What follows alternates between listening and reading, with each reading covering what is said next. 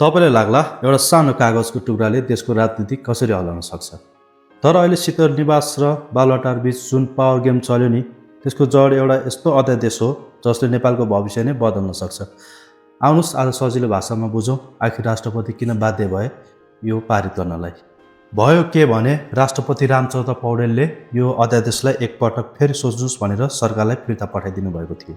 तर सरकारले के गर्यो भने एउटा कमा पूर्णविराम पनि नफेरि हुबहु फिर्ता पठाइदियो। अब संविधान अनुसार दोस्रो पटक आएपछि त राष्ट्रपतिले साइन गर्नै पर्यो। तर यो जिद्दीको पछाडि लुकेको खास खेल चाहिँ अर्कै छ। आउनुहोस् कुरा बुझौँ यो संवैधानिक परिषद बारे। यसमा 6 जना शक्तिशाली मान्छे हुन्छन्, प्रधानमन्त्रीदेखि विपक्षी दलको नेताहरूसम्म।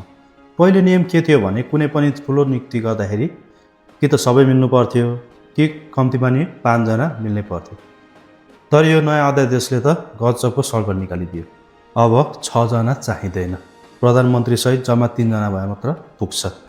यसको सिधा अर्थ के हो भनेदेखि यदि विपक्षी दलको नेता बैठकमा आएनन् वा उनीहरूले सहमति जनाएनन् भने पनि सरकारले एक्लै राज्यका सबैभन्दा शक्तिशाली अङ्गहरूमा आफ्नो मान्छेहरू नियुक्त गर्न सक्छन्। अख्तियार होस् या निर्वाचन आयोग, अब चेक एन्ड ब्यालेन्सको खाँचो एउटै हातमा जाने खतरा बढेको छ। सरकारको तर्क थियो कि अड्किएका कामहरू फुकाउन चाहिँ यो एकदमै जरुरत थियो। तर प्रश्न उठ्छ, काम फुकाउने नाममा लोकतन्त्रको सन्तुलन नै बिगारेको त होइन?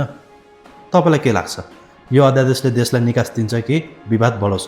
आफ्नो विचार तल कमेन्टमा लेख्नुहोस् र यस्तै गहिरा विश्लेषणका लागि हामीलाई फलो गर्न नभुल्नुहोला। हस् त, धन्यवाद।